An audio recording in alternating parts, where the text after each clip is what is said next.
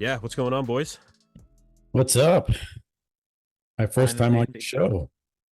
Yeah, first time on my show. Welcome. Well, but for both of you Thank guys. you. yeah, yeah. Okay. Yeah. No, this is awesome. This is awesome. How's everything been going? Good. Busy. A lot of maybe the viewers don't know we have other jobs. We're not just on YouTube all day. So yeah, it's been good. Yeah. Not quite at that full-time YouTuber thing yet. Not yet. No, no, I not think yet. we're Still all got about, capable of getting there. Yes. yeah, Takes about time though. 100,000 Yeah. subscribers to go. Everybody subscribe. Yeah, we look at, Greg Doucette and Nick Strength and Power and they've been doing it for 10 plus years. Mhm. And I don't know, I've been doing it for a year. You guys have been doing it around the same amount of time. So it takes time. You got to pay your dues, put in the time, and eventually it'll get there. It's not going to happen in a year or two. So I unless definitely, your Nick That's right, Trigili, man. Trigili really rolls up really fast, but then he fell really hard. So he's not, it's not bodybuilding and BS anymore. It's ripped with Nick. oh, I that's it. saw that. Okay, Yeah, and he pretends still he's trying. talking to other people now on his most recent reels. He'll turn to the side and talk to Okay, somebody, and people are like, "Who you talking to?" And he's like, "Oh, I have another guest," but he never says any names. wow. I got to All look right. at that. I I got to didn't look see for that. that. I I didn't gotta see I it. gotta go watch that now. That sounds hilarious, dude. Wow. I gotta watch that. Yeah. No, he did. Nick had his channel before bodybuilding and BS, so he had a bit Okay. of a fan base from that, and it rose up, Mhm. even still very quickly. But Yeah. it just wasn't something that was obviously sustainable on this platform. And it's look at John Bravo. He changed with the times. He saw the writing on the wall with YouTube, and he did what he had to do to Yeah. stay on this platform, right? Yeah. Yeah. Yeah, that's what it takes. Yeah, that's So what it takes. So we got a lot to discuss, a lot of drama happening, which has been kind of boring prior to the Arnold, Ohio, because there's no show. So it's kind of the dead season. Now things are picking up.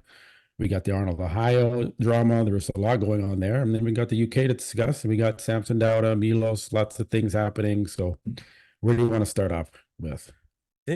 You're right. Things picked up very, very quickly with this Yeah. bodybuilding season. And these are the types of things at the start of the season that are going to carry into the rest of the season that really sets the tone. There's still so Yeah. much even coming up that we'll be able to discuss, but we'll stay on what we have now. Yeah. Let's talk about just the previous Arnold Classic that just took place here. We had Hadi Chupin taking first, a pretty definitive first place in the majority of people's minds. Samson taking that second place. Even having Rafael Brandao coming in with the improvements that he had. Incredible improvements. Yeah. And we'll see him on stage in another 5 weeks as well. So, look, I'll start it off. I totally agree with Hadi Chupin taking the win. I do think that he was that much better than Samson. Not necessarily that Samson was particularly off, even though he was slightly less than I think he was at his last couple of showings. But Hadi was just so good in conditioning and in his overall presentation of aesthetics. It was still an incredible battle, but really seeing Hadi getting to that point where you can say confidently, yes, this is someone that can still come in and win the Mr. Olympia was the most exciting part for me. Yeah, I agree. I mean, Hardy brought it another level again. Some saying it's his best package that he's brought, maybe close to or beating the Vancouver Pro package that he brought. Um, and then his waist seemed to have gotten a little tighter. He was able to keep it tight in between the transitions, of doing the vacuum, like really pulling that vacuum hard next to Samson to show that off. And the judges noticed that. And Samson came in bigger, for sure, bigger and fuller, but lacked that grainy, hard condition that Hadi has, and just didn't. I think he looked better at the Olympia. In my opinion, he just looked a little bit harder and drier at the Olympia versus here. He came in bigger, rounder, and fuller, but lacked that conditioning, and then the rest is history there. Yeah, even Tyler in Absolutely. his breakdown, he said, "I'm not even going to go pose by pose." It was a Yeah. unanimous decision, and he said, "There's really no point wasting time." And I think everyone on the ground and on the live stream could concur. Yeah, I mean, Fuad in the beginning, Fuad was like, "Oh, I don't know. I mean, Samson looks pretty good." I'm like, "Okay, I get it, Fuad. You're a little bit biased for Samson," but then reality kicked in and at the finals, and he was like, yeah, there's that Hottie's taking this, no problem. So I've got something to add to the comments from Fuad, but you know, we'll talk about we'll get through the top five, top six here. Rafael Brandao, like I said, yeah, really fantastic improvements. And this is someone, to be completely honest with you, I didn't have a lot of confidence in going into the show. yeah, I thought that at like the 8-week out mark that he looked good, but I didn't see the size difference that I really expected to see of someone that took an entire year off for what we yeah, expect in this modern era of bodybuilding. Mhm. But when he actually did come on stage, when he shredded down the body fat and he finally came on stage, he actually looked a lot bigger than what he looked like when he still was, like I said, around 8-10 weeks out. So I yeah. was very, very impressed. He made me a huge believer, and I think that he's going to be fighting for a easy top 6, top 8 spot come to the Olympia. Yeah, agreed. And I had him off my radar. I said he's behind the 6 weeks out. I was like, this guy, something's wrong with Brandao. Don't know what's happening here, but he proved me wrong and came in third. I had him in fifth. Where did you have him in your predictions? Third. Third. Okay, so you got that one right. Both of you have him in third? I had him in fourth. I had him in fourth. Okay. Who did you have in third? Third, I had Horse MD. Did you fall for the trap like I did? Okay, you fell for the trap like I did. Yeah. We all got screwed on that one. What's up, Robin? What's going on, dude? Robin? What's up? This is it, man. This is it. Yeah, Good. just going through some of the Arnold Classic. All right. Well, I was wrong. I said Samson first. So, okay, a lot of guys had Samson first. Why did you have Samson after you saw leading into the show Hottie's progress video, the Stride glutes were in like 2-3 weeks out, and then you saw Samson who looked good. He looked tighter. He looked maybe like he was coming in strong, but I held my ground. I said, Hottie Chupa's going to win this show. It's just on paper. He beat Samson at the Olympia. What are the judges going to look at 3 months later and say, okay, yep, Samson takes it now? I was like, no. If Hottie comes in shape, which we knew he's going to do after he came kind of off at the Olympia, why do you think some people had Samson over Hottie still? Well, I did. And it was purely a political factor. I said Hottie would be the better bodybuilder on stage. I'm calling it now, but I said it would probably be close enough that political factors could maybe push that, because after I saw Hottie got screwed by, at the Olympia, and I'll stand by that. I thought it could happen again. Yeah. Robin, what's your take? I don't think he got screwed at the Olympia, but you think he? I don't either. I think it was close. It was close, right? The way I see it is that Hottie made big improvements since the Olympia. On Instagram, it looked like Samson was going to as well, and he did, but just in different ways. He didn't make the improvements in his conditioning, although he made a lot of improvement in size. That's for sure. So. Yeah. So what do you think about Derek Lunsford from the front? Like the conditioning from the front at the Olympia, like it's not there. So as Olympia, you want to be a complete package, and he was this looked baby soft from the front, but looked ridiculous from the back. And so the judges said, okay, well, he's peeled from the back. I guess we'll give it to him. Like, what's your take on like why they gave it to Lunsford over Hottie? When Hottie was overall, say on average, more conditioned front to back, top to bottom, right? He wasn't. That's why he wasn't conditioned from the back. That's why. No, he wasn't. He wasn't at the level of Derek. But then you turn around to the front, which is important too, to have conditioning show through the chest and the arms and everything, and the shoulders, right? And Derek was just way off. That's why you have Phil Heath, Dexter Jackson, Samir Benute, David Palumbo, all of them saying, come on. That's Hottie. Hottie should have had that show. The legends of the sport. Yeah, I think everybody got screwed at the Olympia. Dexter Jackson, all of them were there at the show saying, fuck, Hottie should have took that show. The lighting screwed everyone at the 2023 Olympia, as far as I'm concerned. Yeah. I think the lighting screwed everyone. Was terrible lighting. It was terrible lighting. Pretty bad. Yeah. If Hottie showed up like he did at the Olympia, like he did the Arnold, then he would have won the Olympia too. But that's why. Okay. Yeah. 100%. Yeah. 100%. Yeah. Yeah, no, the So top two was pretty clear though. The top two was yeah, pretty clear, and it was.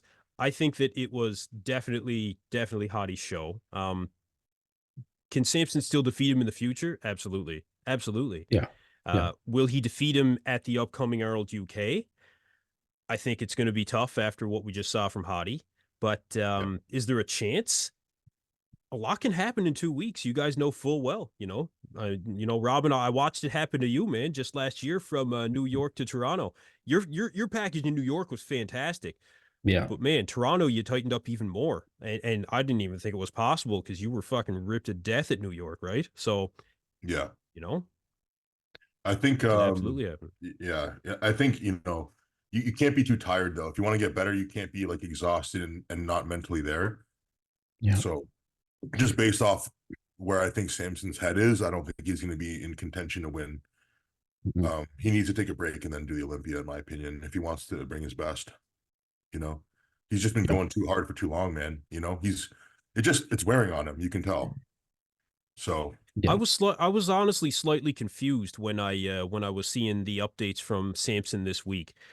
Samson originally posted after the Arnold when he got home at the UK that he was very sick and that he had to go to the Mhm. hospital and that I think I'm going to pull out of the show. And then it seemed like the next day he was back on cardio and back in the gym, and even today I saw like he said he was feeling good and eating yeah, 3 eggs for breakfast and a black coffee, and he said, "No, we're doing this, man." Like he completely just turned around, and I don't quite get it how you go from I need to go to the Well, hospital to I'm bringing it this weekend.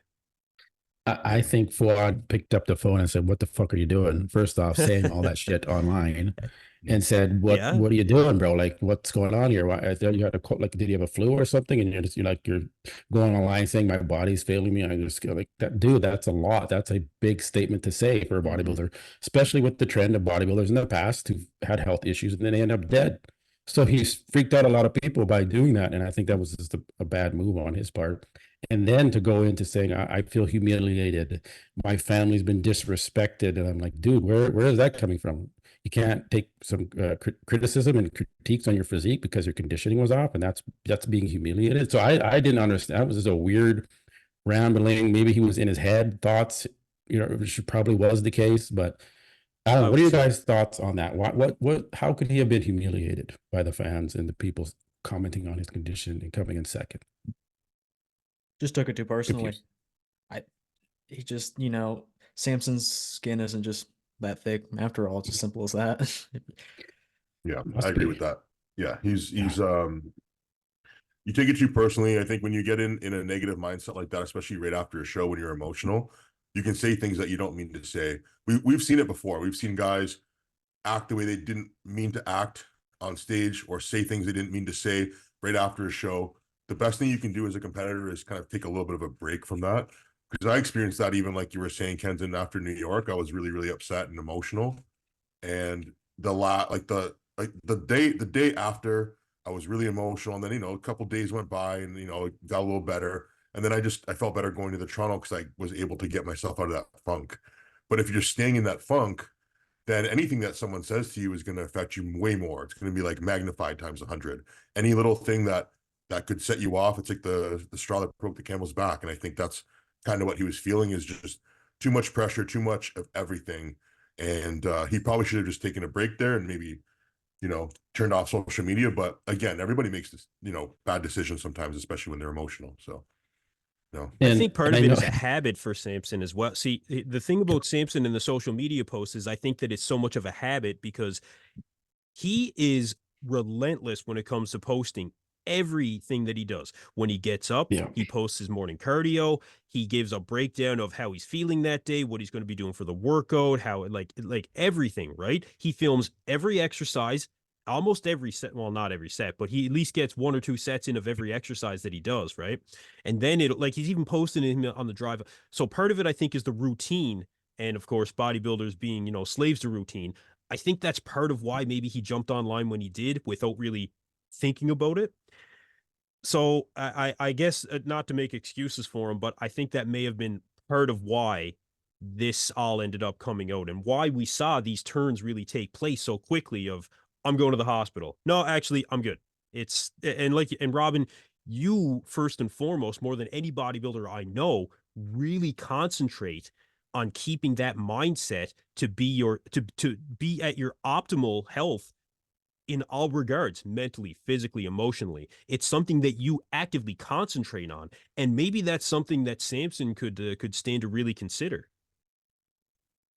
Yeah, I mean, it's hard to give someone advice when they're better than you, but it's not like he can't get better still, though, right? And you can learn from everybody. So yeah, I definitely agree with that, man. At that level, with that amount of pressure, you have to be working on that every day. Just like training in the gym, you got to do a little bit of work on your mindset every day. Whether that's meditation, whether that's, I mean, there's a million ways to do it. We talked about that before, Kenzen. But Yeah. once you can figure out that part of your program, then I think everything will click. Yeah, Absolutely. I agreed with all of that. And there was also the part, you guys both reached out to me and you're like, Matt, did you set Samson off? Like, was what you said? because his wife DM'd me on Instagram, and this was after I made a video about, does Samson have a gyno issue? Because I saw gyno coming through. He was doing the frontal bicep. I saw it, and so I called it out. I was like, does he have an issue with it? Talk to the community. What are they going to say? And I made a poll on it, and the community was like, yeah, he's always had a gyno issue or whatever. And then I also, talked about his conditioning and how I don't think he's going to win there only because his condition isn't a compar. And then his wife DMs me and just personally attacks me. It's like, you don't know what you're talking about. Who are you? Blah, blah, blah. And I'm like, what the fuck? What are you doing? Why are you like, does Samson even know you're reaching out to me? Do you do this to other people when they make critiques of his physique and shit? So I was like, that's very unprofessional. It's very immature. Your husband's a professional bodybuilder.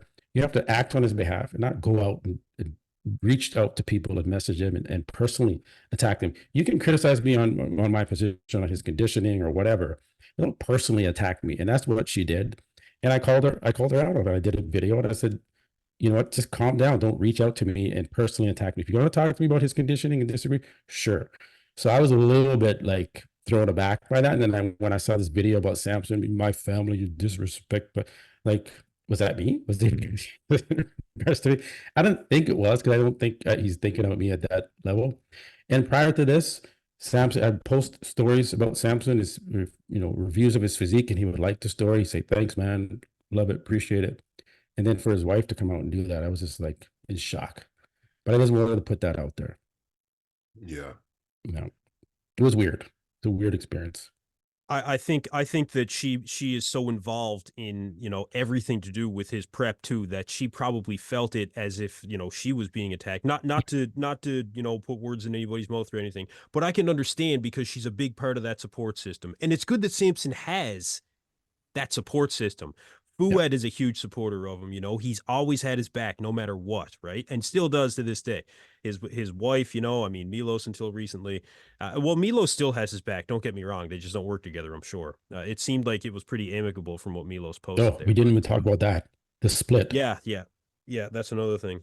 Mark, what's going on? What's up, Mark? How you doing? Matt from Muscle Discord. Nice to meet you. Nice to meet you, brother. Robin Strand. Yes, sir. Dylan.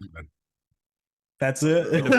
You know what, Robin? I think I competed with you you were either on at the same show of nationals, CBBF nationals probably, but we were just you're always like way bigger than me, so you did like the heavyweight or super heavyweight or something. I was in the light middleweight or whatever. I think we might have been on the stage at the same years or something back in the day. We definitely were. Yeah, 100%. I remember that. Yeah, man. You always got stuck in those light heavies, man. Yeah. Yeah. The light heavy is a tough class, man, because if you make it to the overall, it's like, what are you going to do? What do you do, right? Yeah. And that's the shitty thing about, I got to say it, about Canada and why it's so hard to get a pro card. I won nationals 2 times, and I didn't get my pro card because in Canada, it's only one card that goes to the overall winner out of all the classes, right? And in the U.S., the NPC, North Americans, they give first place gets a pro card, second place gets a pro card in each class.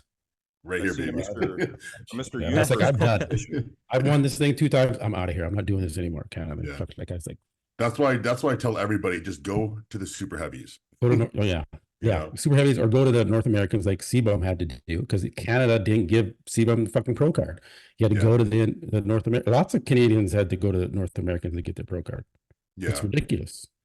Usually I just tell people if you're good enough, you can show up pretty much anywhere and get it. If you're ready to step on a pro stage, you should be able to show up at any pro qualifier, regardless if it's Canadian or wherever. If you're ready, you're ready. So yeah, it's just that it's always the super heavy. It's always the light heavy that wins the pro card. It's not the little middleweight or light middleweight that's getting the pro cards at Canadian nationals, at least. Yeah. I mean, I think the last one I'm pretty Sometimes, sure was heavyweight. Yeah, it was a heavy. See, even my boy Justin Savoy, he was a super heavyweight and he got beat in Toronto by a guy that was a heavyweight. Yeah. So but. Yeah. Little rant there. Sorry, guys. Yeah, no, Justin's coming back with a vengeance, though. That's for sure. Yeah, that's for sure, man. Yeah, Justin's coming back with a vengeance. Yeah, all the Canadian guys are talking about. Yeah, I was gonna say all the Canadian guys are taking this year off though, so it's just me. Wait, Joe's not. Joe's competing this year. Yeah, Joe's getting ready for something. He's not. Man, I just talked to him last night. Oh, so. Oh shit! Really? Yeah, he was leading you on, man. Yeah. Joe's did mention that's funny though. Well, no, there's Quentin. What is Quentin getting ready for? You're right. Quentin's getting ready for Eastwood, New York. Yeah. What shows he getting? Antoine's competing at the Arnold, isn't he? Yeah. And there's Regan. We got Regan. I was just joking, but no, like there are a lot of guys that are sitting out Canadian wise. We've got Morgan, Justin, Joe, those guys, and Aaron. All our Canadian beef guys are all sitting out except for me. Oh, I think Cody Robart is who I also competed against at nationals. He's doing 212 though. 212 though. He's not doing. There was another Canadian guy there, Boabang or something. Oh, Prince Bobang. Oh, yeah. Prince Bobang. He's from Halifax. He trains at Fitness FX. Yeah. He's not far from me. Yeah, he's been around for a while. Yeah. He has been, he really impressed people at Vancouver, and if he can grow them legs to match that upper body, he'll do well. I haven't heard of him competing yet. He posts regularly as well, but no competition plans as of yet. Yeah, that guy's off the grid. Yeah, he is, man. Yeah, he is. Well, Hassan's still training out of Ontario, I think. Hassan, yeah, he should get back up there. Yeah. I guess he's our adopted Canadian now. Hey man, we'll put him in there. We'll take him. Well, it always says Egypt on a scorecard, so I don't know if we can count him as Canadian yet. Look, if he preps in Canada and he trains in Canada, we're taking him. I think he's in Florida right now. I think adopted Canadian. He's in Florida. Yeah. Did he move to Florida? Ah, fuck. All right. No. You can take Canada. Is he back and forth, or what is he? I don't know what he's doing. Hassan is in Canada. Yeah, he's still in Canada. He lives here. Okay. He lives close to Pierre. Yeah, I see him almost every day. Yeah. Oh, okay. Yeah. Oh, good. Yeah, that's awesome. No, he's going to have a good season too, man. If he really puts it together. Yeah, I know he's kicking it off with Toronto as well. So should be good. Nice. Yeah, Toronto will be a good show this year. He wants that redemption, right? So. I'm thinking. I was telling Robin, I'm thinking about going to Toronto this year. You should. Yeah. No, things. I think I can line things up to just hop on a flight, do the weekend there, spend time at the show. Like some interviews. I think. Yeah, I mean, yeah. I think you're there. You can. Right. Yeah. 100%. I'll have to get a couple of things together for that, but no, I could definitely pull it off. Yeah. Definitely. Be a good time. So that might be coming up. Yeah, we'll get some training in for sure. Yeah. So I can start prepping for that now. You prep for the show, and I'll prep just to be good enough to fucking train with you. Yeah, exactly. Yeah. So no. I wanted to ask you guys your thoughts on Milos and Samson splitting right after the show. Was that a forced Fuad? Milos got to go. Come on, he's got to get out of here. Done with that. Or was it? I feel bad for Milos too a little bit. He gets ripped on all the time. He also talks a lot of smack too. He also talks a lot. He talks a lot of smack too. So I mean, he's not afraid to say what's on his mind. Exactly. So I don't feel sorry for him. I respect that in a way. I respect what he did. He changed Samson's physique, took it to the next level. Exactly. Look at how much he improved in those few years. Yeah. Exactly. Yeah, he did. He just maybe needs another guy to take him to the next level. Robin, do you think it's the coach that's the issue, or is Samson not listening? No, I always think it's both, man.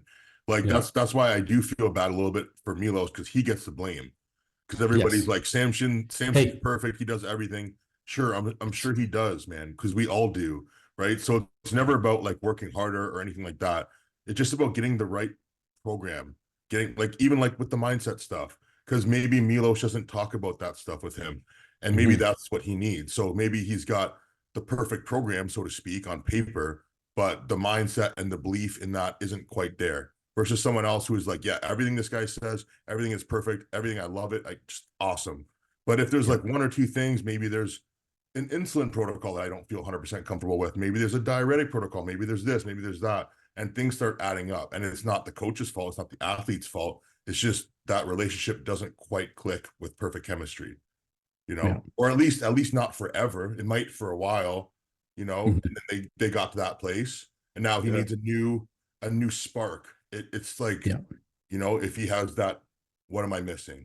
Maybe it's the mindset, maybe it's this, and that's for him to find out. Yeah. Look, if there's one thing that all of us can really appreciate and understand, even just look at it from the training aspect. How often do you really have to change up your training in order to continue to make progress, right? You can get to a certain level on your own, but eventually you're going to be going and looking for new training programs, like finding out what other people are doing when it comes to training, trying new things, right? And it's no different when it comes to diet or PED protocol or your coach, right? Eventually you do need to change things up. But I think a big part of it for Samson, and I have no idea, but if I was to guess, I think part of it is a change in diet, because Samson has been on a very, very low calorie diet. At least his breakfast. You look at his breakfast every morning, it's been 3 eggs and a black coffee for over a year, since he's been on prep.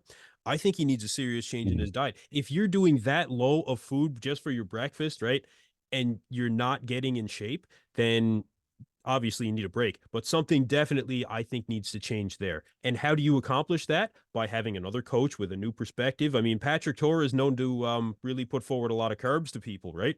Maybe that's an avenue he could explore. Who knows, right? Just anything to kind of change it up after you take that break might make the difference for him. Yeah, I just think I think he needs a coach that's over there with him. I think he needs someone to help him with his training, because I think he does his training on his own. And I don't know if he's pushing himself the way he needs to be pushed in the gym to take it to that Ronnie Coleman-esque level feel. I don't think he's just on his own with his wife there, and they're just doing their own thing. And I think it's good enough because he's got superior genetics, so he's gotten away with a lot. Yeah, he does look like he trains intensely. I will say that he does look like he trains with. He does, yeah, he does. That's true. Is he doing enough cardio? When I see him on that treadmill, and he's like, "Hey guys, so good morning," and he's just, bouncing around the treadmill, and then you see Hottie Chupon, he's on the stair mill and he's sweating and he's hoodie on, and he's just, I don't see Samson doing that. I don't see him suffering. I think everybody at that level works the same amount of effort. It's just where you direct it towards. So someone like Samson, if he has a hard time with his hamstrings and glutes, then he has a coach to do his diet. He has a trainer to help him in the gym, and there's going to be two different people. He's going to have someone that's going to be touching his glutes, touching his hamstrings constantly, making sure that whole time that he has connection from the top to the bottom, the inside to out, and just that's that person's job. And he has someone for that. Then he has someone that he's going to work on mindset with, and then he's going to have his coach is going to do nutrition, his supplement. He just has to keep developing that team, that support system. And you expect that the coach should do everything. Like the coach is going to do everything for me, but that's not the way it works. You need to have multiple people, specialists that are good at what they do, and they do that, because you can't expect everybody to do. You can't expect one person to do everything for you. That's way too much pressure on that person, right? This bodybuilding is an individual sport thing is not the case. Not in this modern era of bodybuilding anyway. Maybe at one time it was, but not today, man. Not to really have that sport. Success. Yeah, it is. Sport, Dylan, what do you think? About what specifically?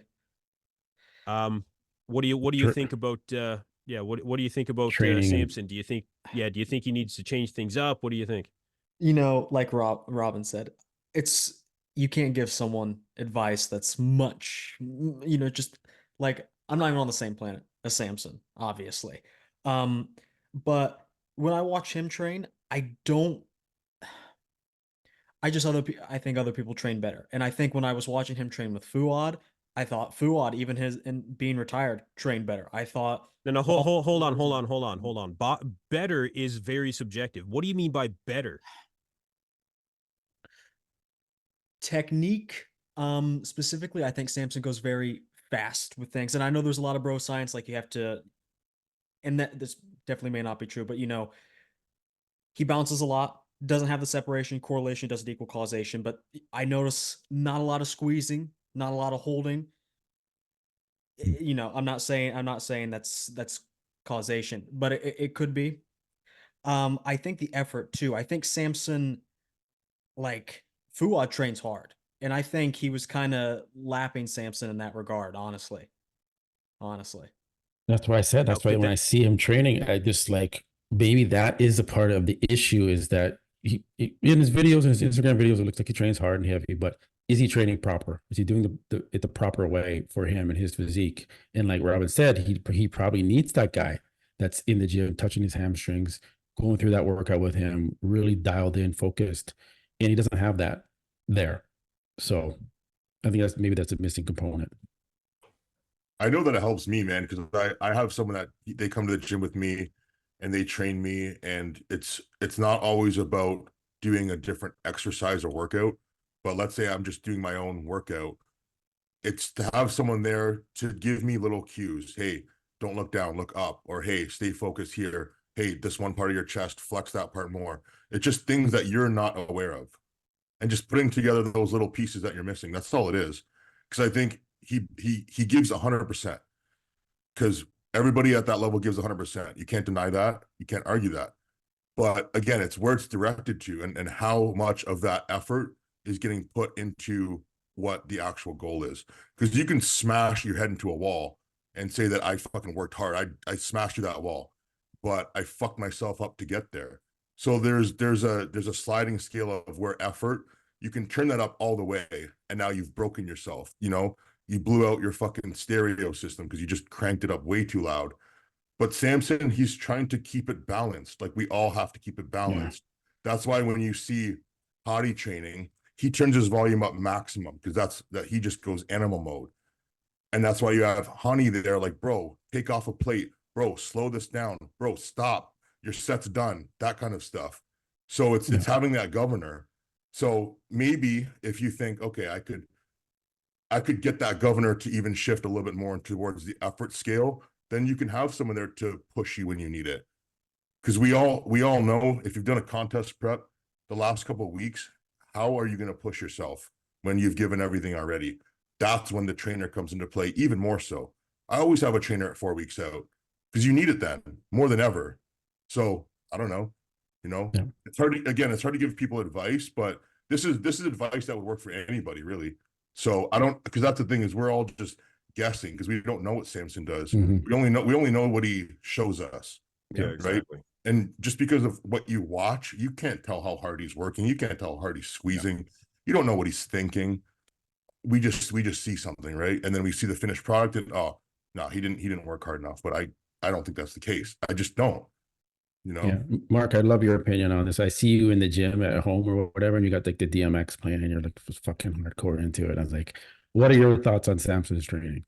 Well, I totally agree with you guys. I mean, to have the hands-on, and also more so than that, to have, like Robin, I believe you were saying, to have several different support groups. Yeah, and even maybe even a totally different one for prep a few weeks before the event, right? Yep. Because you're gonna need different types. But yeah, I mean, Samson, he's second. He was second. He was still, if Hattie wasn't there, he would have won. So we would have been saying, oh, he did great. But yes, obviously there's a little bit to dry out, and I think that's absolutely possible with anybody. Mm-hmm. I still think he did great. Don't get me wrong. I do still think that he did great. I do. I said it in my videos. I went on record and said it. We saw, I think, a 97% Samson. I really think that he was that good. But we saw a Hadi that was like 103%. You know what I mean? It was the comparison that made Samson, I think, look a little bit less than what condition he was actually in, because Hadi was so good. And you are going against one of the most conditioned bodybuilders in this air. I mean, it was insane, the conditioning that he brought. So to go up against that, it can make it look like you're even a few points less when it comes to conditioning. Yeah. Yeah. It can affect your Like mind. Robin gets shredded. Like you get the shredded glutes. What do you think it is with Samson that he just can't get that back there? Like what do you think is holding him back? I think it's what you're obsessed about most. If you're obsessed about being the biggest, then you're not obsessed about being the most shredded, right? You're either bulking or you're cutting. That, you know what I mean? It's like people are like, I want to bulk and get shredded at the same time. It's like, no, you gotta have one primary objective. Either you're going to be the most conditioned guy on stage, or you're going to be the biggest. You can't be both. That's just not realistic, you know? So, I mean, maybe for Samson it is, but if he just put all his focus in, I have the most shredded glutes on stage, and that's that, then like, how the fuck can you lose? But if he's thinking like, okay, I've got to bring my size, I can't let my weight drop, because I don't know what he thinks, but I do know that when I'm thinking I'm the most conditioned guy on stage, I have the best shredded glutes out of anybody, then everything I do, I'm squeezing my glutes, I'm thinking about my glutes.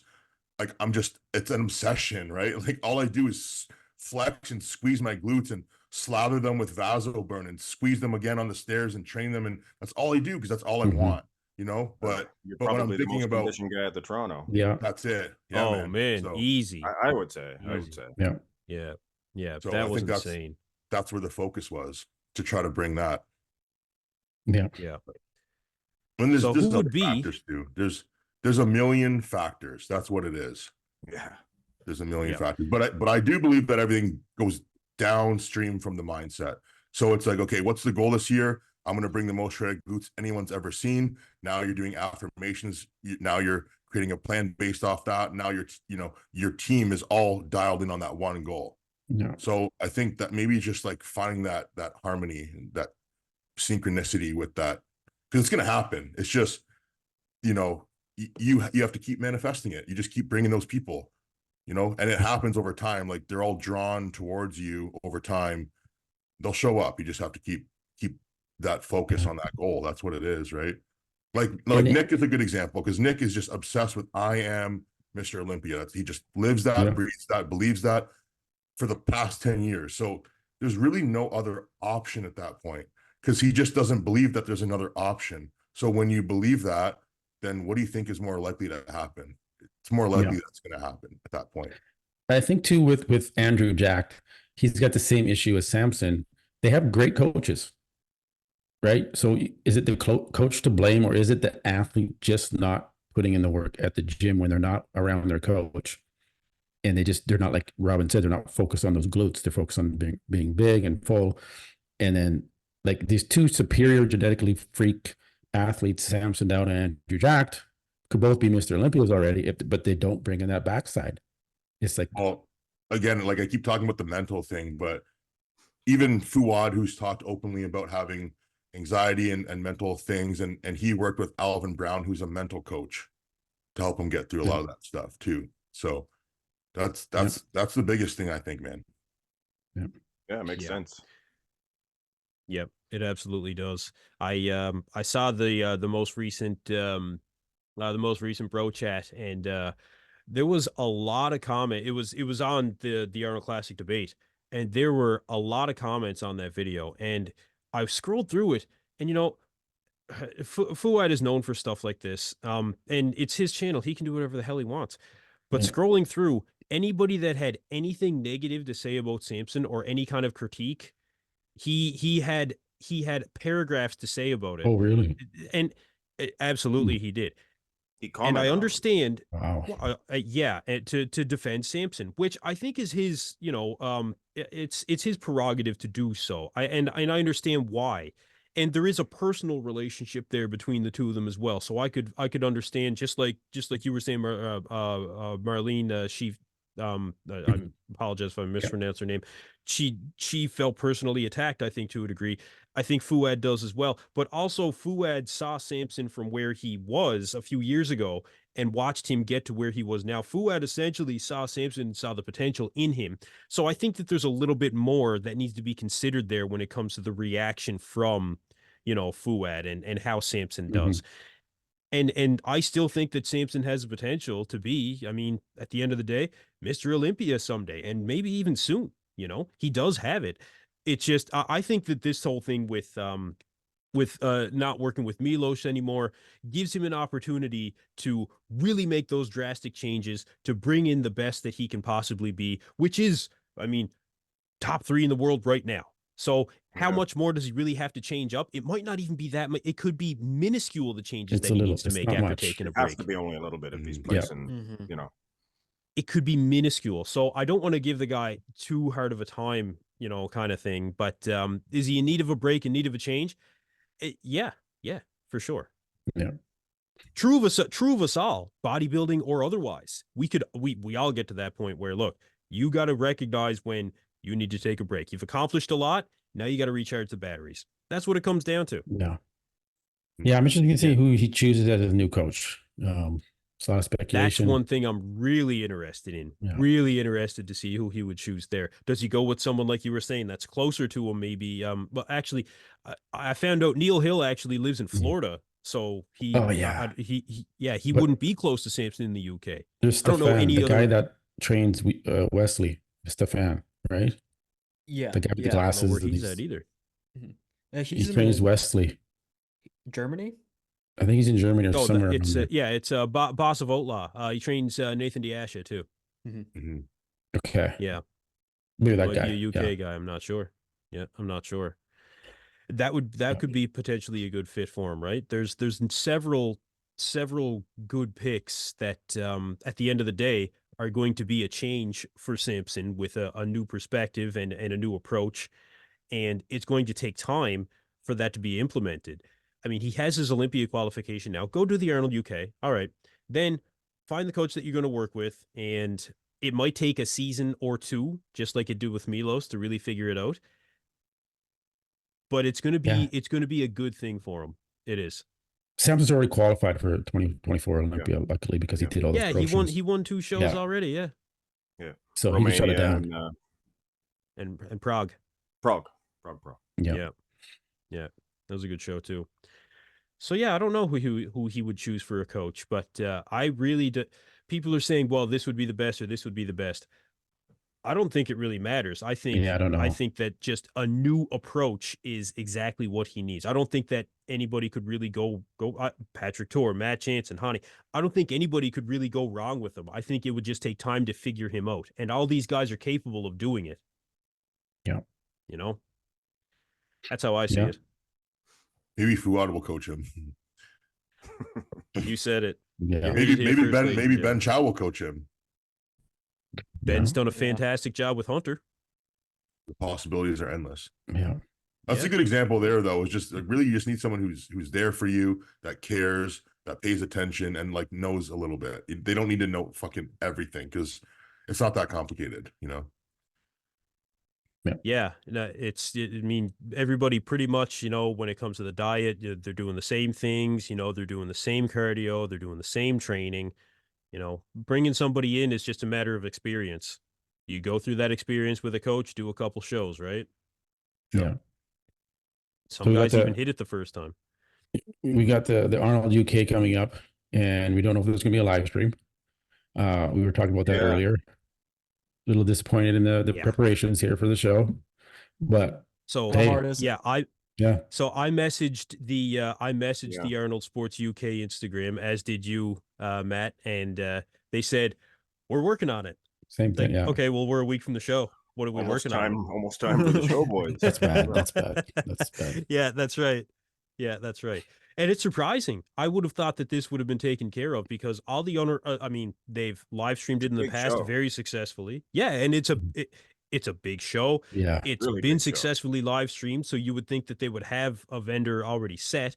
The Arnold Brazil, I mean, that they always had a fantastic live stream. So these bigger shows, that's the norm these days, is to have these live streams. If shows really want to put it out there for the world to see, the best live stream gets the most attention.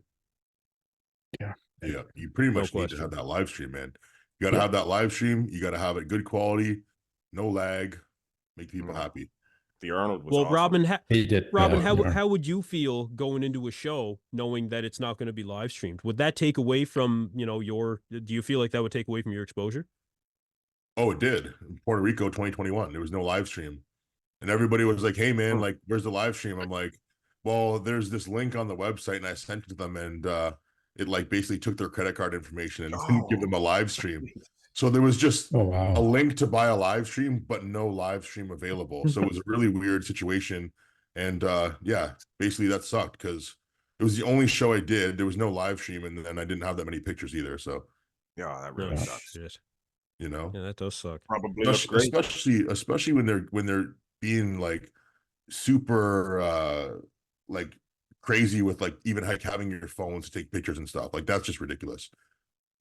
Yeah. Yeah. I hope they do it. And they're bringing Gilco out there, so at least we're going to have that type of footage out there. Some good Thankfully. footage there. Yeah. That's why if Gilco's around, just pay him the money and get your stuff. So they were at the New York, I think. Yeah, 100%. I would do it again every time. I've seen some footage, yeah. That's like the only footage that I like from there, right? Because you can get the appreciation of how peeled you guys you see really there. are, right? That's so makes Otherwise, a huge difference. It's like you can't appreciate it. Yeah, and he just keeps getting better. Even the quality of the content he did from the Arnolds is just mind blowing. Like how close, how crisp, and that's epic, man. Like even just like, if I had that from a show, I'd be like, that's cool. Like that's a very cool thing to have, right? Yeah. So, Are they gonna be at Toronto?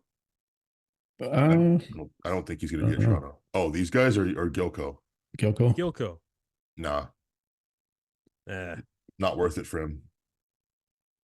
He'll be able to all the big shows, but yeah. He's gonna be at Detroit. Yep. Yeah, he's gonna be at Detroit. I'm surprised. There's pretty much every show but like, I don't want to lug all my gear through customs and get it fucking thrown in the back or somewhere, get stolen, or like I get it. It's a hassle. Nah, that's some bullshit. He's going to the UK. He's going back to the States. That's true. He's got it through customs.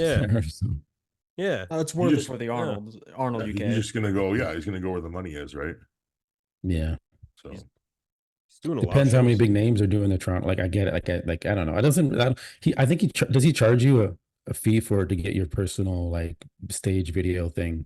Yeah, he charges a fee, but it's very reasonable. Very reasonable. Yeah.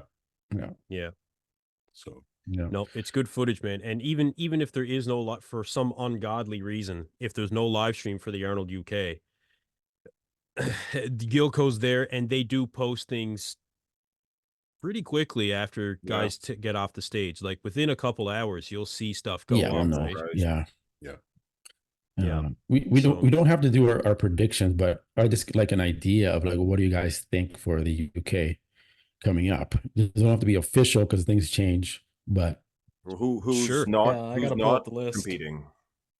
Who's not competing? There. Brandale's not okay because he's doing Brazil. No. Yeah, he's doing Brazil. Said he was thinking about it, but he didn't want to really. That's why I got confused with that. But yeah, so that leaves the door wide open for John. I guess is John competing? Yeah, he's there already. He's there. Okay, good. Yeah. I like John Rose. Antoine, James, Akeem. Antoine looks good. Antoine's got an opportunity to move up big time. Yeah, he does. Yeah. And man, I was really impressed with Antoine there in Ohio. Really impressed. Yeah. Yeah, he looks good. Yeah, he looked mint.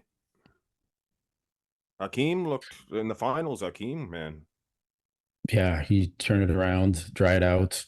Muscles were a lot harder, and the vascularity was popping a lot more. And with Antoine, his structure, it's the thing that throws me off with Antoine is his structure, and he's a little thin in the chest. Like the thickness, the roundness is in there, but I think maybe he was a little flat.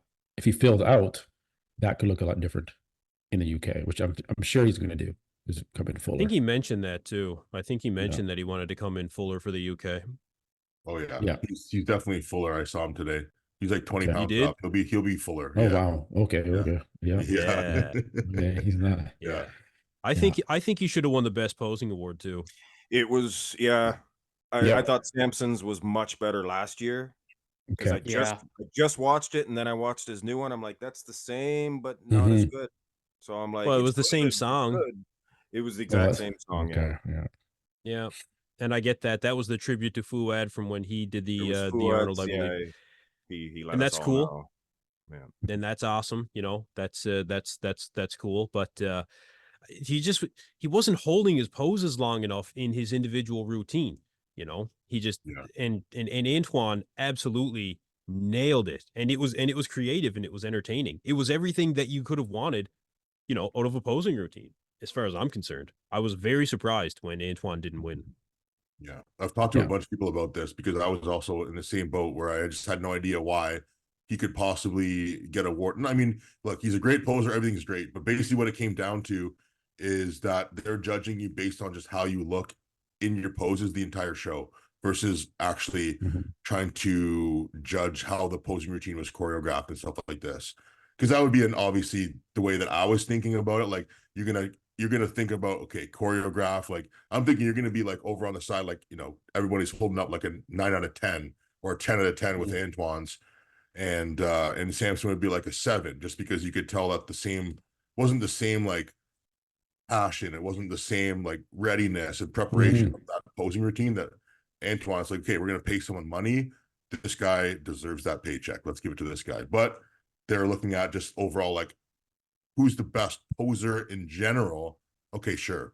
Samson's awesome. Yeah. You know, the way he moves his body is really, really good and very unique. Kai Green-esque, but his own spin on it. I agree. Yep, I agree. Almost Cedric-esque a little bit too. Yeah. So, you know, when you're thinking about that way, then it kind of makes sense. Because I was very confused for a while. I was like, how is this possible?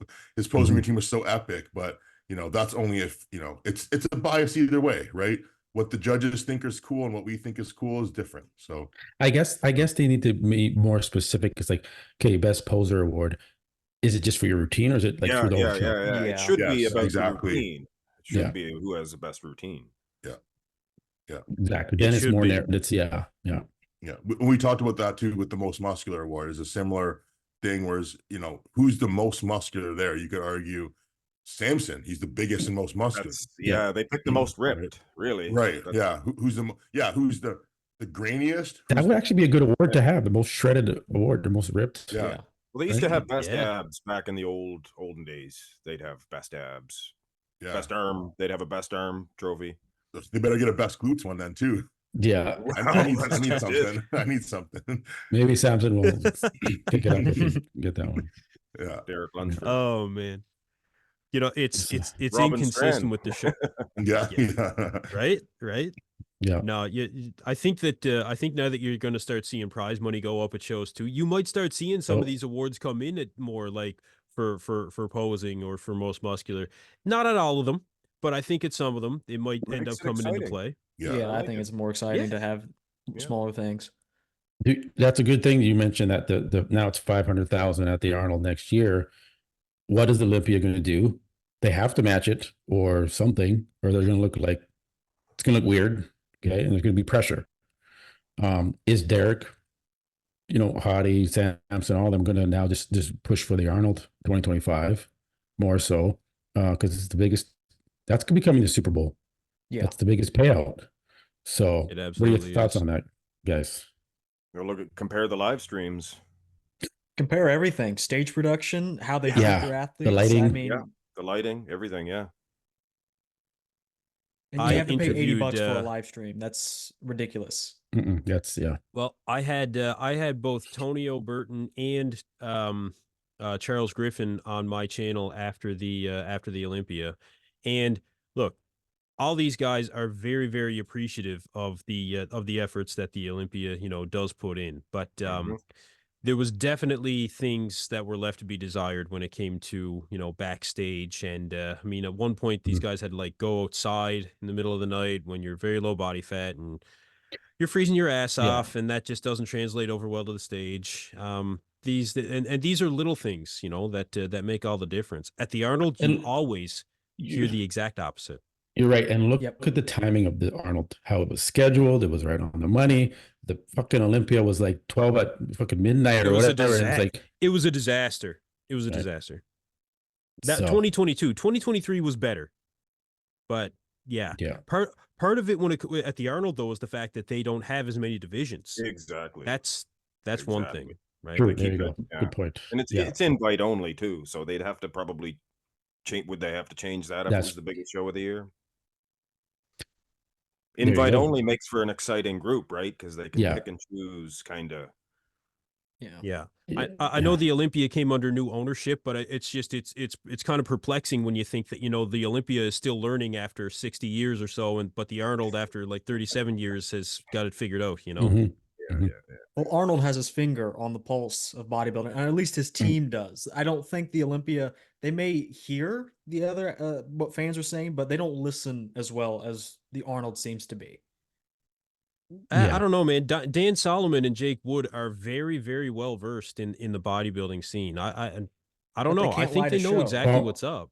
Look at that stage they had at the Olympia with all the fucking moving lights and the video and the shit behind. It was like, what the fuck? Bodybuilding show. I mean, I think they're competitive, you know, like they're competing with each other. Mm-hmm. So Arnold made his response, or, you know, Olympia's gonna have to do their share now. They're gonna have to change things up. Yeah. When it comes to the money, I think personally it would be a little outrageous if they just matched it. If they didn't like just try to stay ahead of the game, that would be a little silly. So I think what you said, Mark, the 700 would be nice. Or they match it and give you like the fucking like a Mercedes Benz, something like like they used to do at the. They used to give him a Hummer. They give Ronnie Coleman a Hummer. He didn't even drive. Yeah, Jay Cutler got the Hummer a couple times. He got that from the Arnold. I think they gave Jay watch or something. Yeah. Personally, I think the Olympia has to go to $1 million, and not everybody agrees with that.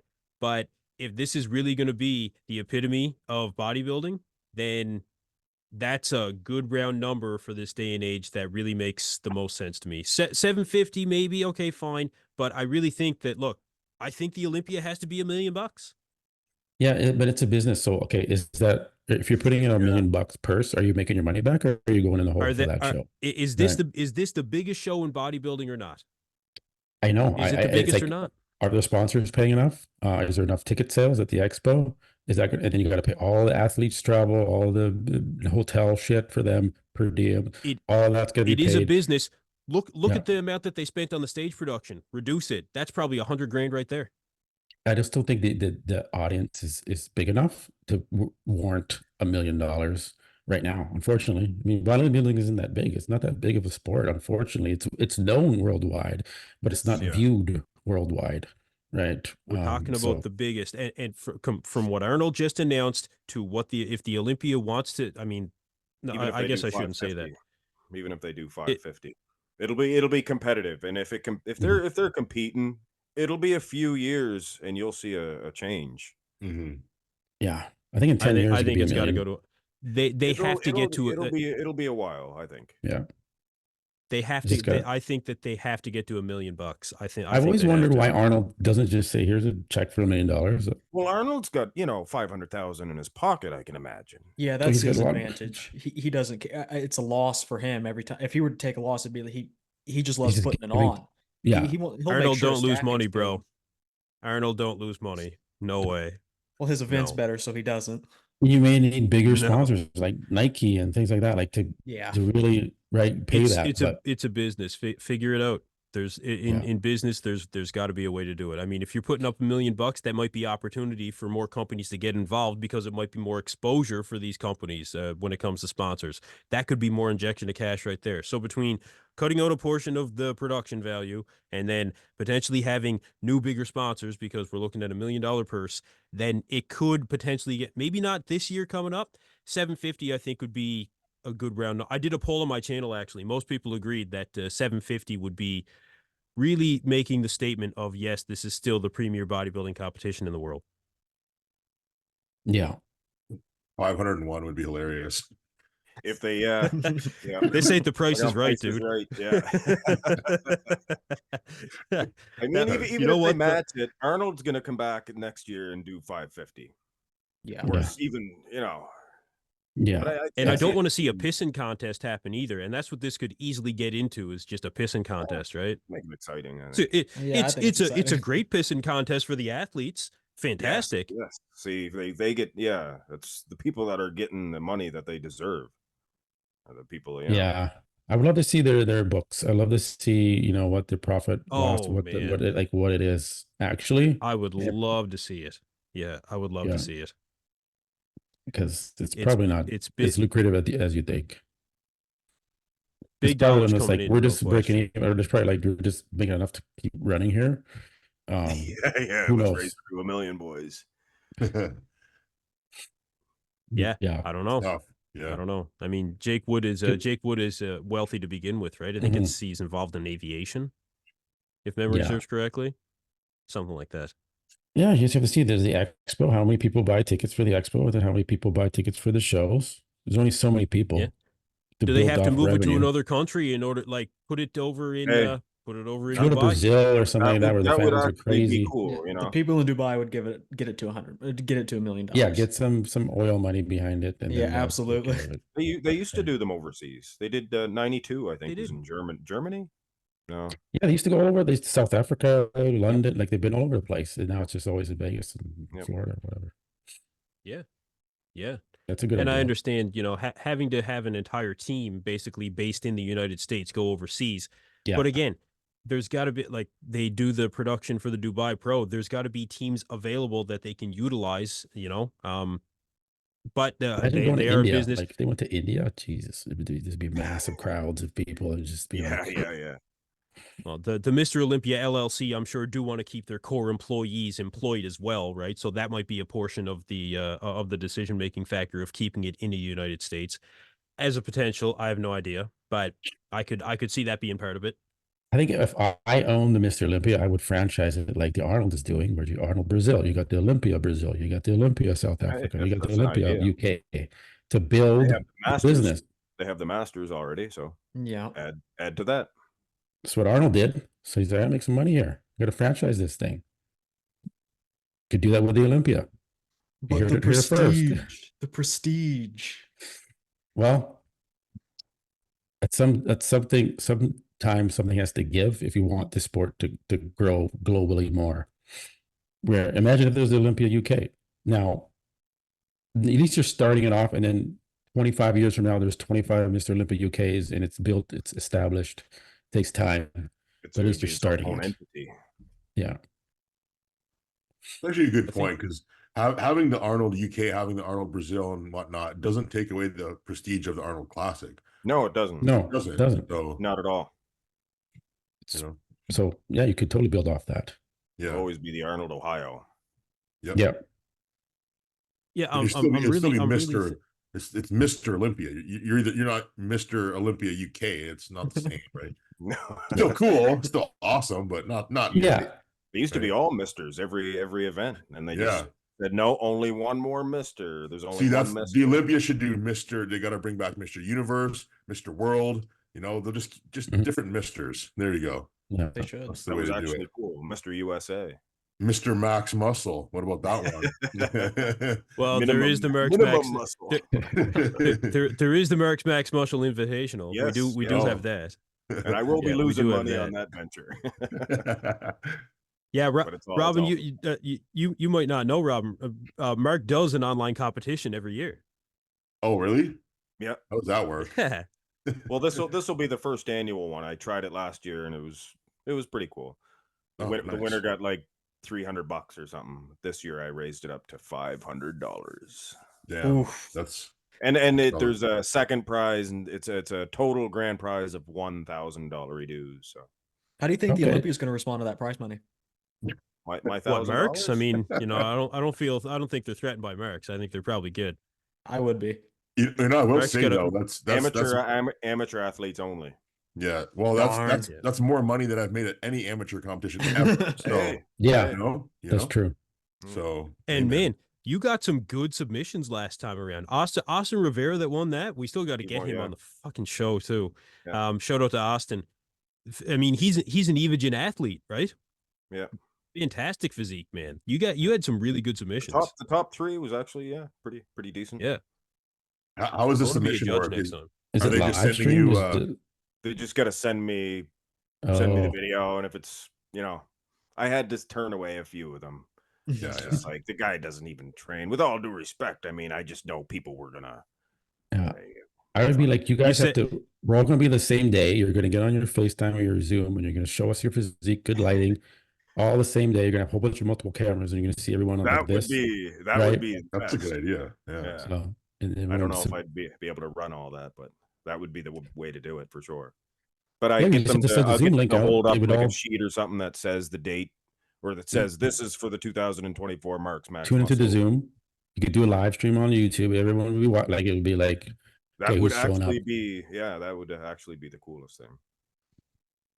Yeah, I could help you set that up. Well, yeah, a couple hours away. Let's collaborate. A couple hours away. I'll make the trip up, man. You're not fair. I'll make the trip up. You got to come up on June 1st. See me wrestle one more time. I do. I really do. I got Toronto in July. I got New Glasgow for some 41 in August. I might be able to pull off a trip in June, man. I really should. I'd love to see that. Bodybuilding show too. I sent you the poster. There's a bodybuilding show and some strong. We could do some content for it. We could do a bit of content. Toronto's June 8th, so you're gonna have to. Yeah, you're gonna miss it. For fuck's sake! I'm going to Toronto. Sorry, man. Hey, I understand, man. Toronto Pro, Marx Max Muscle. I get it. No. I've already kind of mentally committed to Toronto. Is the thing. Yeah, I got to do it. Robin, what shows are you getting ready for? New York, Toronto, Vancouver. Yeah, Vancouver. Yeah. I didn't know they were doing Vancouver this year. I thought they actually. It was weird. I didn't think so too, but then it's happening. It's a sneaky one. It's a sleeper show because they announced that they weren't having the open bodybuilding, and then they snuck it in there, and I didn't even hear about it. But Stu told me that he's doing Vancouver. I'm like, wait a second, you're doing Vancouver? Okay, well, Vancouver. So there we go. So, which is, I always found this a little odd that they're. The Vancouver Pro and the Toronto Pro aren't just like calling up all the Canadian pros like, hey, man, we got to get you in this show. Mm-hmm. Because they don't reach out to you? No one even told me the show was even on again. Okay. I had no idea, right? So just if I had happened to see it on Instagram or just Stu happened to mention it, that's how I found out basically. Yeah, the promoter. So, Michelle Crack's good. She's a good person. Like I've known her for many years. I've done shows with her, promoted shows with her. Yeah. But gotta do some outreach. Is it going to be a 2-day show again? Yeah, it's not sure. Probably to get tickets out. Yeah, $90 for the live stream. Yeah, I don't know. Yeah, Jesus, I hope they don't do that. How much was it last year? It was like upwards of $100 if memory serves correctly, man. I wouldn't do it. I would not pay it. Why? Good question, Dylan. Excellent question. No, was there a reason given, or just like it's $100? They're trying to make money. Mustafa was there. It was worth it. Mustafa. I guess just do $20, and you'll get way more people coming in, and your sponsors will be happy because there's a higher turnout rate, and whatever. Make more money. Cover your expenses. I've got no problem paying 30, 40, even $50 for the right show. I've got no problem with it. But anything more than that, and you're not the Olympia or an Arnold, I just can't. I can't justify it. I can't. It just doesn't make sense to me. If I didn't do this in live stream, I wouldn't pay above 50. I just wouldn't. Even as a fan, even if the Olympia was charging 50, I love bodybuilding. Absolutely, I have a whole channel dedicated to it. But I mean, that's just too much for me personally. I don't see the point. Plus, with Instagram being so quick to see updates anyway, you're going to see within a couple of hours, you're going to get results from that show, and, Gilco, you're going to see everything, you're going to go on YouTube after, like, a lot of the times I'm like, I would love to just live stream this show, but, it's money. It's always just money. Right. Yeah. So, and if we're thinking about that, we're huge fans, then someone who's like not quite as a fan as we are, no chance they're paying that. No chance. No It's a really good That's true. point. Yeah. Really good point. That's the hardcore bodybuilding fans that are paying that to begin with. Not the casual fans aren't tuning into live streams. Or it's, you know, the families and the friends that are like, oh yeah, we got a guy in this show, we're definitely watching that, right? Mhm. But that's, yeah, I mean, that's not going to get more people watching. That's going to get less people watching. So Yeah. I don't know. Well, the money's going to make it more exciting. More shows are offering more prize money, and that does make it more exciting. That might draw people in. You know, money can do that. Like, what if they just ran more advertisements on the live stream and made it free, like you would have on YouTube? Just throw 15 seconds in there in between the class, because no one really cares. Throw it on during mixed physique if you want. No one's going to care. You know what I mean? But just sneak those in there so that you can still get the ad revenue, pay for the live stream. I mean, they should probably just hire us and set up a new team to get this thing going, right? Yeah. So at this point, that's what I was going to say. We're making the plans for them now. Yeah. So it's good. It's good. I'm going to talk to Michelle Crack. I'll it's talk to Muscle Insider too. I think they might do something. So they usually commentate the show. Yeah. So I'll talk to Muscle Insider and see what they're doing, because Muscle Insider just got bought out by Andrew. I know Andrew. I think because yeah. I think it'd be fun if the promoters, if Ron and Michelle, if they made it more like a Canadian show, like all the Canadians are doing these shows and the Canadians win it, and that kind of like have the rivalry there, and anyone else can come and try to take it from us, but it's the Canadian show. So come and try, come one, come all, let's get this thing going. But it sucks when you go and you show up and there's 6 dudes in the entire lineup. It's like, damn. Because even if you're top 5, it's like you don't even really know where you landed.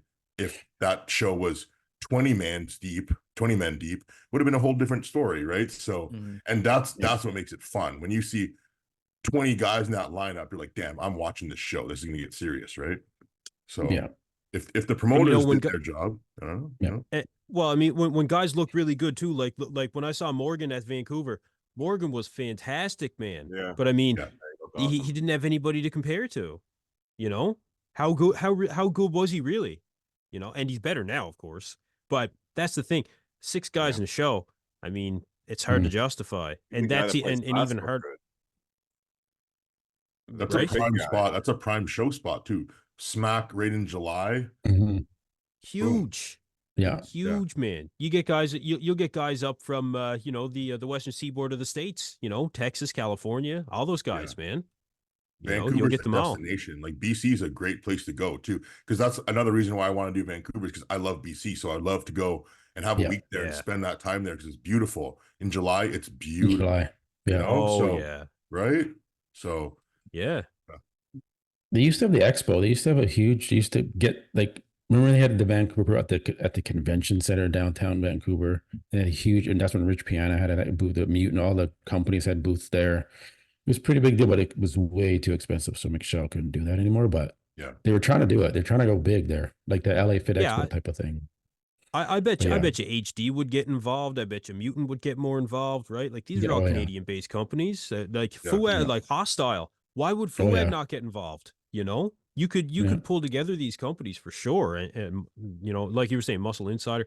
These are all places that could easily get involved. But like I was saying, the athletes from that portion of the United States as well. I mean, all over the Western Seaboard, right? I mean, Ross Flanagan's out there, Beef Stew is out there, Tonio's near that. Like these are all guys that are relatively close that you could easily attract to a show like that.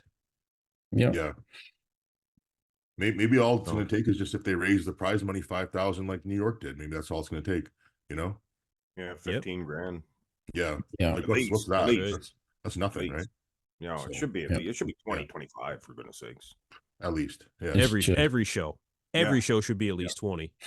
Yeah. All last year, every show was 10. Yeah. They raised the Texas, I think, was the only one. Texas and Dubai didn't have an open, but yeah, they paid out pretty big money. They raised it up a little bit, yeah. What does it say? What does it say about bodybuilding that every year it's just 10 years from now, 10. It's not growing. Back in early 2000s, it was more. They were giving them more money for some of these shows. It's not they're not doing good enough to grow the sport, or either the sport is becoming less attractive to be involved with, or classic physique should you thought, well, maybe Classic was equal help things and we could bring more people to the sport. And is it though? Is it really? The I think it promoters, has for It sure. seems like it has, but I don't know. Yeah. the promoters have to put up that 10K, right? Like they have to prove that you can put up that 10K in Oh, order yeah, to they have even to. sanction the show, right? Yes. Yes. You Okay, have to so have I the think funds. maybe Yeah. they should probably. This kind of is a twofold problem, but I think there are maybe too many pro shows. That's a different debate, but you could raise Yeah. the threshold. That way, simultaneously, you have less shows, cut down on a couple of them, but guys are kind of forced to enter at a higher bid. They can still go higher if they want, but maybe have to have the promoters put in 20K or you're not having open at your show. Yeah, But I think I don't know you could be if on they'd go with too somewhere low. there may be too many shows, and then you're just spreading it out so much where you're like, well, there's 25 shows to do. You only have some like 4 athletes do this show, 4 athletes do that show. Yeah. If there's only 10 shows out of the year to choose from, okay, you're gonna have a lot of guys jumping in that show to qualify and compete. And it's gonna be way more competitive. So I mean, that's what's going on. There's just the IPB is sanctioning too many shows because they get the fee, they get paid for that, and that's what's happening. Too many shows. Because what Detroit is added now, right? There's another one. So it's just like, that's a good point. I think just too many shows. It's good. It's great to have shows and options, but yeah, when it's a double-edged sword because the athletes like, well, we want more chances to win. We don't want to have only 10 shows and then all those spots are taken by the best guys. We want we want to have that chance too. So okay, fine, more shows, but more shows now, less money for everybody. It's like double-edged sword. But the one thing I really don't like is when they have shows on the same day in different places in the world. That is really annoying because no matter who you are, if you're a fan of the sport, you're like, well, which one do I watch? And if you're a competitor, you're like, well, half the people will be watching me and half the people will be watching something else. So kind of, or you're the winner and you get overlooked a little bit because they're talking about the other show and it's like, what about me? But either way, you're right. No, you're right about that, and it's hard just being a commentator. It's like, well, okay, which show am I going to which show am I going to cover? I've only got so much time, right? I can't cover every. I'm not, I'm not a full-time YouTuber, right? I have to pick and choose very carefully the things that I want to cover. So it's not viable for us either. So it's a huge retraction for the entire bodybuilding community. I'm gonna have to disagree, I think, though, with most of you guys. I think it's just the right amount of shows now. I don't want any more added, but I think right now it's just the right amount. If it's scheduled properly, Robin, you made a really good point. I don't think it's too many. I think that they've made the effort to reduce the amount of competitors that can actually make it to the Olympia by getting rid of the point system, things like that. I think that made the difference enough. And I think that last season, where it was my first season covering an entire bodybuilding season, even just as a fan, pretty much every weekend, I was able to find a show that was happening and be able to cover it. There might have been a couple of weeks in between and stuff like that, right? But for the most part, as a fan, every weekend I can get in a show. I mean, that's awesome. And it didn't take away from the Olympia experience of having too many athletes. So I think that balance for me is there now. Yeah, that's right. If it would suck as a fan not to have as many shows, but I think if you had 10 shows out of the year, this opener shows, the prize money minimum had to be 50,000 each show for those 10 shows. Those would be battles. But then you only got 10 guys at the Olympia. Then there's only 10 guys. Maybe that's all you need. Do we need do we even look at the rest of the guys past the 10th place? Do we even remember who they are? Who plays 11th? Who plays 13th at the Olympia? I don't remember. So like Arnold is kind of smart. Like, we're going to invite the best that we think, and it's going to be 10 guys, and that's it. Because once you go beyond 10, maybe sorry, man, you're 12th at the Olympia. Okay, I mean, great. It's a pretty good accomplishment, but I mean, you're forgotten about. And so I think 10 is the max, what you need on that stage to competitively compare guys, right? And that's it. Keep it really, really tight and competitive. Don't stretch it out to 25 guys and you got to wait. Yeah, just because it's the Olympia. Yeah, you don't need call out. The best of the best, You feel you made 5th call out. Great. I mean, shit. You're not on the same level as the first call out. Olympia bound. So, I mean, it's the best of the best. You know, how many teams get to go to the Super Bowl? 2. How many wins? 1. Exactly. So, I mean, maybe have more Right. tier them, actually abide by a good tiering system. Like not everyone who wins a show is going to the Olympia. And then you could have people that bid in it only put up 10K, but those shows don't get to go to the Olympia because they're presumed to be smaller shows. No one will do them. No one will do those shows. Athletes won't do them. No way. Yeah. No, nobody. athletes won't do Nobody. them. No. Guys No. like Samson, like Samson who took tickets away from guys. So that's something.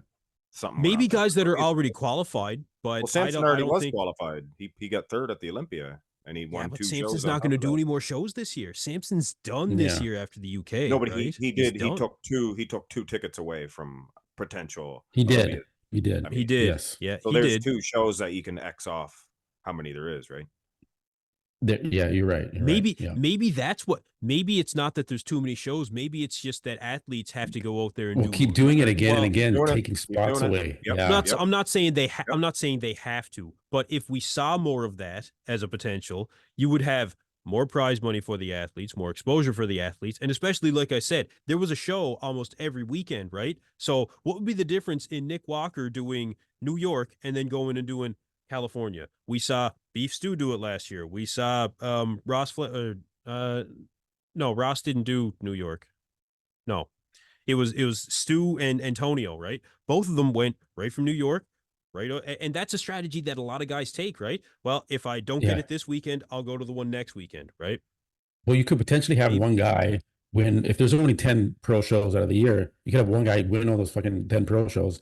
And if you have to win a pro show to qualify, then there's just no one on the stage. So I did have to go back to either the point system or something where you can accumulate points if you get second and third, and then you can get to the Olympia stage too. But I'm just trying to make it more competitive. But you think 10 is the number for the, like, if it was up to you, it would be 10 competitors at the Olympia. Yeah. Yeah. I don't think 10's okay. I don't think we need more than 12. Yeah, 10 or 12. The only problem with 10 is that 3 of them don't show up for whatever reason. And you just can't predict that. You just can't predict that because injury, sickness, visa, etc. Things. So guys just every year. Up. Yeah. So you got to have a safeguard. That's why, like 20, I think 20 is good. Even if 5 don't show up, you still got 15 guys got to call outs, right? Yeah. The only thing is, if the open is only 2 call outs, it's kind of it's like quick. Fine. Yeah. But I think 3 call outs is good. I like having at least 3 call outs on the show. I like 16. I like 16. They cap the scores at 16. Anything 16th or less, then you just finish in 16th. Yeah. I think 16 is a good number. That's how you gauge it, right? Because you're either a top 10 guy, right? You're a middle guy, like the 6th to 10, or you're at the bottom, you're the 16th, right? So you kind of know where you are. But if it's just 1 through 10, you might be 10th. Now that could be a 16th guy. Or what? And I think that there is, I think there is merit too to the guys that place between 11th and 16th, because those guys still will get to stand next to other guys that are in, potentially the second call out even, right?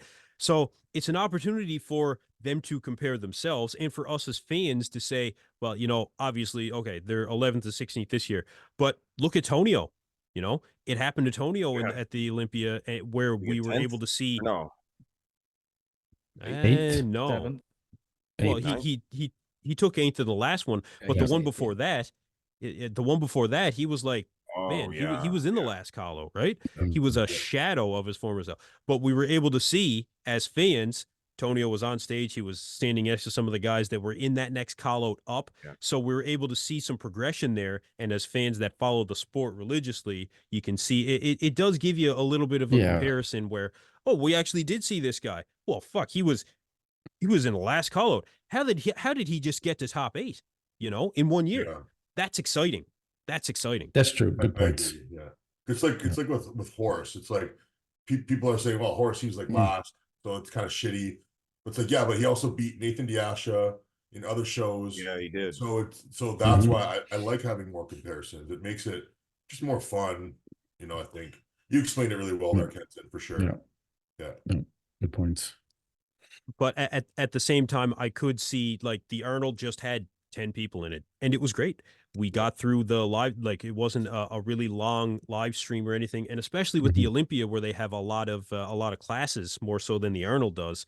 Yeah, I can understand both sides of it, but I really feel that right there in the middle, like 16 is the number, as long as 16 show up, you know. But that's where you have the 20, and then you end up with that's like just Nathan couldn't make it, and Nick got like injured, right? like Robin So said, then, yeah. So you're right though, Robin. You do have guys that drop out throughout the year, right? Yeah. Yeah. Yeah, you do. It was cool though, the Arnold, that everybody got to do the posing routine, you know?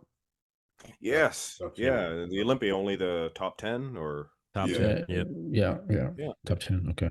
because that would really drag on. If we're watching like 25, 30 posing routines, yeah.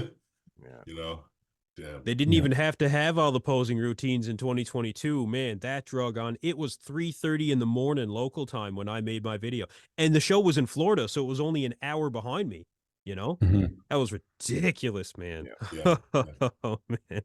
I even said it in my video. It was like the very early stages of my channel, and I was just like, what's going on, you guys? Welcome back to the channel. We just had the finals wrap up, and it was a late one, let me tell you. Anyway, I was drug out, dude.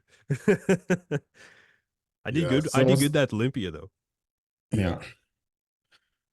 New York Pro is coming up in less than 10 weeks, I think. Yeah.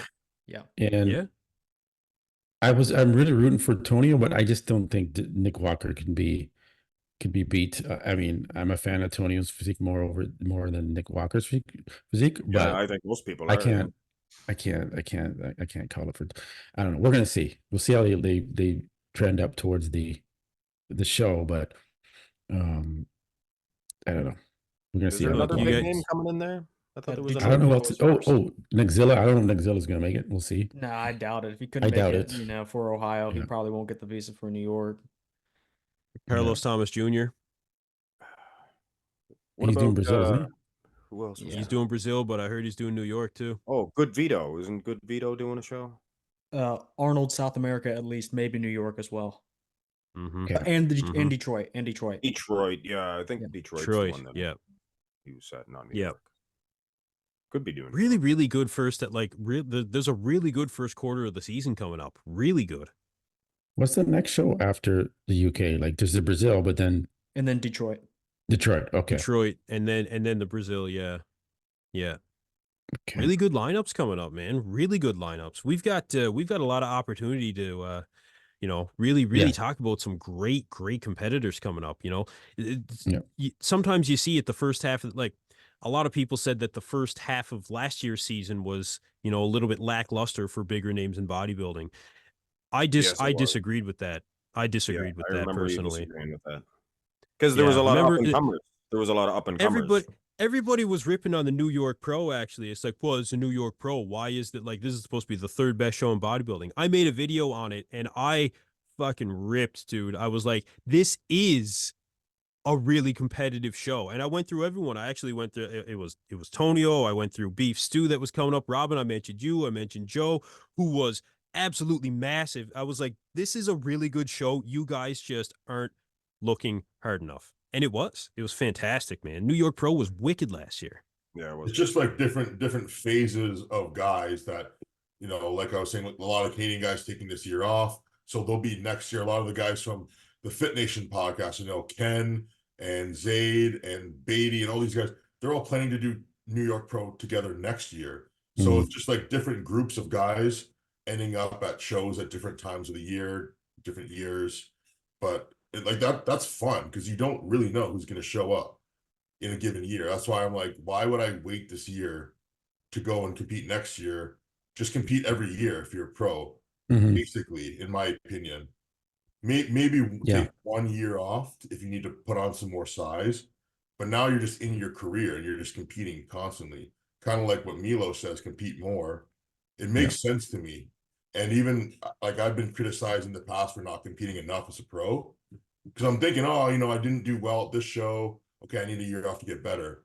But you could go from 8th at one show to 4th at another show, or anything could happen. But I think there's this misconception that when you're prepping and doing shows that you're not getting better. but you're definitely getting better because, again, you're so focused, you know, like everything you do is for a purpose. Whereas in the off season, it seems more distant. There's less urgency. And it's not like we slack, but there's a little bit of there's a little bit of a give there for sure. There's a little bit more leniency. You're not so dialed in with all of your habits like you would be on a contest prep. So that's why I believe that most guys are going to do really well on a contest prep versus taking like really long extended off season. Depends on the person though, because I know Quinton did a long off season. It's going to work for him, but he needed more size. He did. Yeah. Once you have that size, you just have to keep showing up better and better. Let the judges see you. Refine it. Yeah. Well, refining it. Yeah. And I think that's what you did this year as well, Rob. Like, I think you put the size on, and I think that it's good. Like, you know, you can get the conditioning. Now you've got the size to go with it, and you're planning on doing 3 shows. Like, man, this could be your year to punch that ticket, man. I know that's what you're going after. Too. Stanimal kind of did that too, where he just competed in a lot of shows. He's not the biggest guy, but he came in condition and he's close. He got second, right. And the fans really, really were behind him last season. Everybody was rooting for Stanimal, man. Like, and I know I was like, it was awesome to see. Like, Nate Spear was in there. He's starting to do more shows, and like the more you compete, the more the judges get used to it. Like, okay, we see you stepping up. I think Spear got third, I believe. You get better at competing too. Because when you take a long time off and then you have to get your feet wet again, you're a little nervous. You have a lot of pressure. Nerves, you would think nerves. Time off. I got to bring this amazing thing to the stage.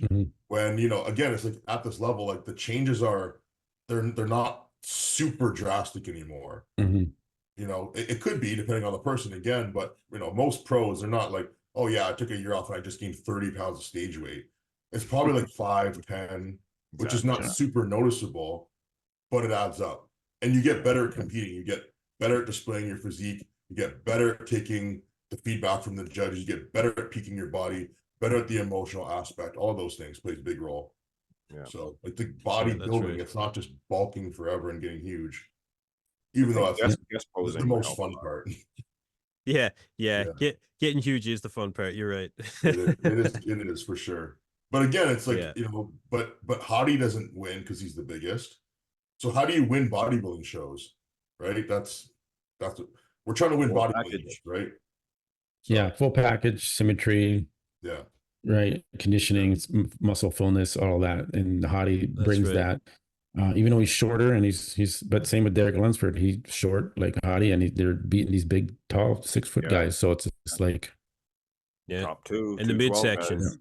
The midsection is the big one these days. Gotta have that midsection. And Hadi does. You gotta bring it in, man. Yeah, absolutely. Yeah, Derek does. Do you notice that, Robin, that Samson's midsection is slowly getting a little bit distended in between the transitions? No, I don't think it's from anything he's doing. I think it's that he's just not posing it properly, because it's not like he's gonna just blow out his waist because he took too much insulin. That never happens. That's what everyone's saying. The insulin protocol. No, because like it just doesn't happen like that. Like there's no way that he's gonna take all of a sudden so much insulin that his waist just grows crazy amounts. I think that would only happen if you were just doing something absolutely insane, tons of IGF or things like that is actually growing your organs. But I don't think it would happen that fast. I think it's mostly just like, look at Hadi. He put in so much work on his presentation, so much work that he was a statue, and Nick's done that as well. I don't know what Samson does. How do we know how much he poses? We don't know, but what we do know is how it translates on stage. So one thing that I know for sure is that you don't present how you intend, you present how you practice. So if you're always practicing that 24/7, like with the glute thing, it's like when I'm sitting in this chair, my fucking waist is tight. Like I had a coach that told me when I used to be a young man, no car, and I'd be on the subway, he would tell me, whenever you're sitting on the subway, you're always sucking in your stomach. Don't ever let that thing hang out. And because I was so obsessed at the time with this, being conditioned thing, that's all I thought about all the time. tight waist. Ian talked about that before. Like, how do you get your waist so tight, bro? He's like, yeah, I don't ever let it hang out. I'm always, even when I'm chilling, that shit's tight. And that's what he said. So I think that's how it translates onto the stage. Because when you're carving up and stuff, you're going to let it go because you're full. But then you have to realize, like, okay, well, I'm going on stage soon. So I need to get that control back and just maintain it basically, forever. Yeah. That's Yeah. my opinion. That's my opinion on things. That was Arnold's motto too. Yeah. At all times, flex those Like abs. when he hits his frontal bicep, he has a little bit of a vacuum in there, but then when he hits the side oblique and he hits the ab and thigh, it's still like a turtle shell, like it's not sucking in. Like you can't. So it's like because the rectus is on top, right, and the obliques they're on top. Then you have those muscles that are deeper, the TVA, transverse, muscle. Those are the things that are pulling inwards. So all of those muscles pull in to tighten, right? So if you wear a belt a lot, if you don't train your vacuums like that, if you don't train the pulling in, you just train rectus, then it's going to align itself like that. So I think again, it's like, it's not one thing, it's a bunch of things. So over time, the way that your fascia develops with your training, with your posing, all of this stuff, right? So yeah, I think it's just something he's got to keep in his mind. I don't think it's anything he has to do or be worried about in terms of protocol. Because I've had my waist blow way out in an off season, and it comes right back every time. Every time you're worried, like, maybe I shouldn't have done the insulin, maybe I shouldn't have done the GH. It comes right back every time. It comes right back, as long as you train it to come back, right? So yeah, Rolly Winkler did it, man. Look at Rolly Winkler. He had one of the biggest bubble guts going, man, and he came back with such a tight waistline. Yeah. It was one of the most insane waistline transformations I've seen in the history of bodybuilding. See, and that's why, because his coach, I don't know who it was at the time, maybe grandma, but I remember he made that change because he wasn't allowed to eat his next meal until he did like X amount of vacuums or something like this. Didn't he wear a belt? He wore like some sort of belt too, I think. I heard that. They had some kind of weird rules. Like if you're gonna eat like 100 grams of carbs, you gotta do like 10 vacuums, or it was like some kind of thing. But it's like, again, it's just like you're focused on the waist, right? Yeah. So. It's just like if you're focused on the waist, if you're focused on the conditioning, it's what you're placing your focus on, right? You have your strengths, let them be your strengths, and then focus on what it is that you really need to improve. Have that be your main focus, and then it will translate over to the stage because of what you've been focusing on. You're going to present it because, like you said, it is what you are intending to present. So it makes a lot of sense. The formula's there, and like you said, it really doesn't change from person to person. It's just a matter of recognizing what it is you need to concentrate on and then maximizing that concentration so that it translates over to the stage. That's what it comes down to. Yeah, and it's a little counterintuitive too, because if you think like someone like Samson, so you think, okay, like if I was Samson, I know that nobody's saying I have the best conditioning. I don't believe I have the best conditioning. So I'm going on stage not thinking or believing I'm going to have the best conditioning. If you could somehow shift that, then I think we would start to see that trend change. Now he's thinking I am the most conditioned. And it's not like, it's not like a defensive thing, right? Because when you're defensive, now you're fighting and you're in fight or flight. When he just takes that in, like, I am the most conditioned athlete on that stage, and he just tells himself that over and over and over and over again. I just don't think there's any other way to be, because what else is he thinking? He's just thinking, I missed it again. There's so much pressure on me. If I could just get that, if I could just,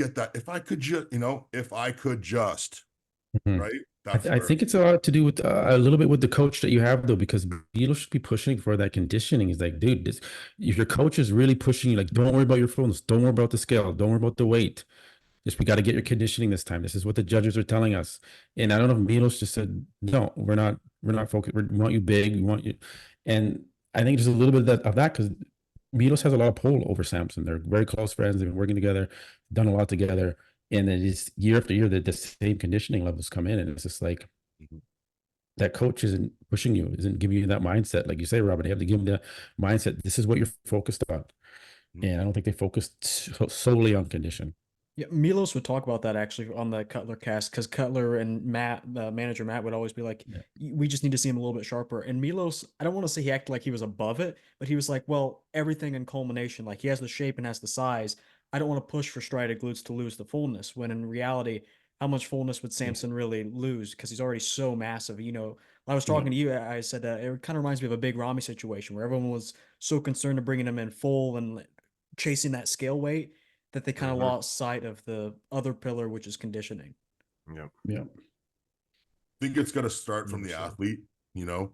So like I'll get a client and someone will say, okay, I want you to bring me in like the most shredded I've ever been. I'm like, oh, you want to be the most shredded ever? Okay, then that's the goal, right? And then when they're like, hey man, I think I'm getting a little small.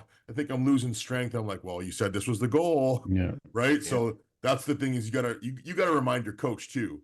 Like I'll tell Dorian, like, I want to be shredded, you know, remember, I'm coming in shredded, right? It's like, oh yeah, you're gonna be shredded, right?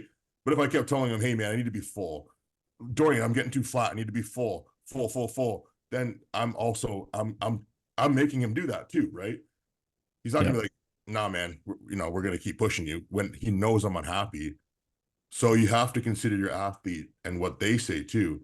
So if Samson's feeling, hey man, I'm not feeling too good, okay, fine, carb up, What about James? James does that. He does very intuitive eating, I would say. Very intuitive eating. Today, I'm low flat. We got to carb up, And if the coach isn't on board with that style, then it doesn't work as a duo anymore. So then it just becomes self-coached. Yeah. So I don't think it's the coach. I don't think it's the athlete. I think he just has to find that harmony with the team. Everybody's on board, the same goal, the same priority. Bam.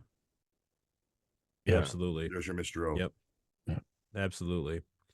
No, all good points, man. All really good points. Look, guys, this was a really, really great discussion. I really enjoyed this. I really enjoyed having everybody's opinion on here. We're getting into the 2-hour mark. I think we should probably call it. And eat. We've got the I